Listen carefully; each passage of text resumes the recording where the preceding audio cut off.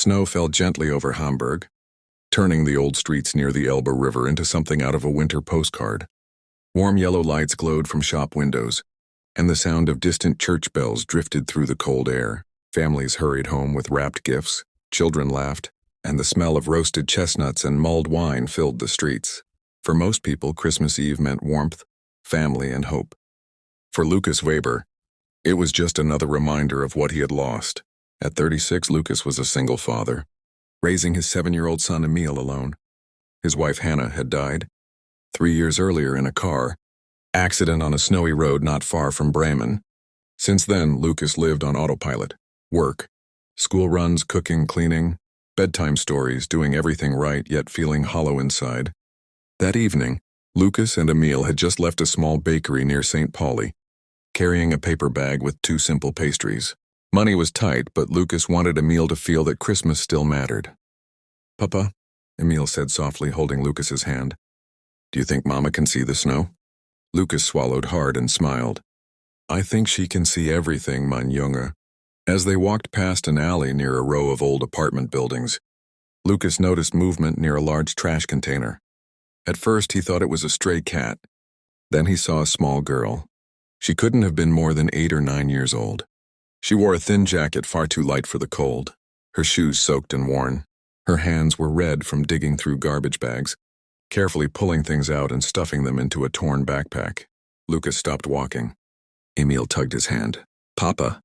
The girl froze when she realized she was being watched. Her eyes, large, dark, and alert, locked onto Lucas. Fear flickered across her face. "I'm not stealing," she said quickly, her voice shaking. "I'm just looking." Lucas raised his hands gently. "It's okay. I'm not angry." Up close, Lucas noticed how thin she was. Too thin. And despite the cold, there was sweat on her forehead, like someone used to being on the move, never fully resting. "What's your name?" he asked. She hesitated. "Mia." "Where are your parents, Mia?" Her jaw tightened. "Oh, I'm fine." Lucas had heard that answer before, from kids who weren't fine at all. Emil stepped forward and offered his pastry. "You can have this. It's Christmas." Mia stared at the bag like it was a miracle. Slowly she took it, her hands trembling. "Thank you," she whispered. Lucas felt something twist inside his chest. "Come with us," he said gently. "Just to warm up. My apartment is nearby." Mia shook her head. "I can't." "Why?" She lowered her voice. "If I don't bring food back, my brother won't eat." That stopped Lucas cold. "Your brother?" She nodded. "He's little. And sick." Lucas exchanged a glance with Emil. He didn't need to think. He already knew what he was going to do. "Show me," Lucas said. A hidden room above the city. Mia led them through narrow streets until they reached an abandoned building scheduled for demolition. Inside, they climbed dark stairs, their footsteps echoing. On the top floor, behind a broken door, was a single room barely protected from the cold. A thin mattress lay on the floor.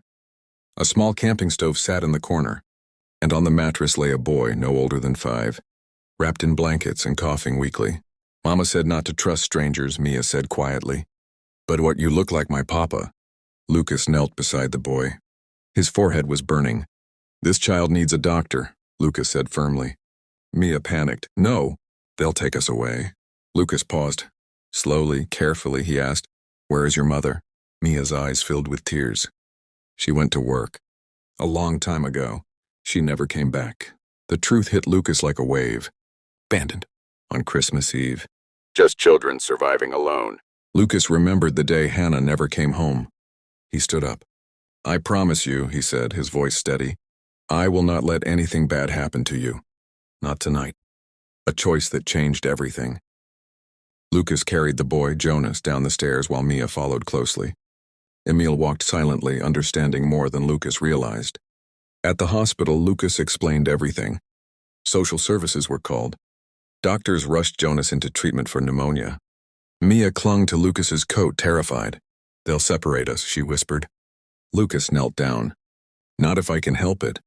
That night, as snow continued to fall, Lucas made a decision that would change all their lives. He didn't go home. He stayed. The truth that left him stunned. Over the next few days, Lucas learned the truth.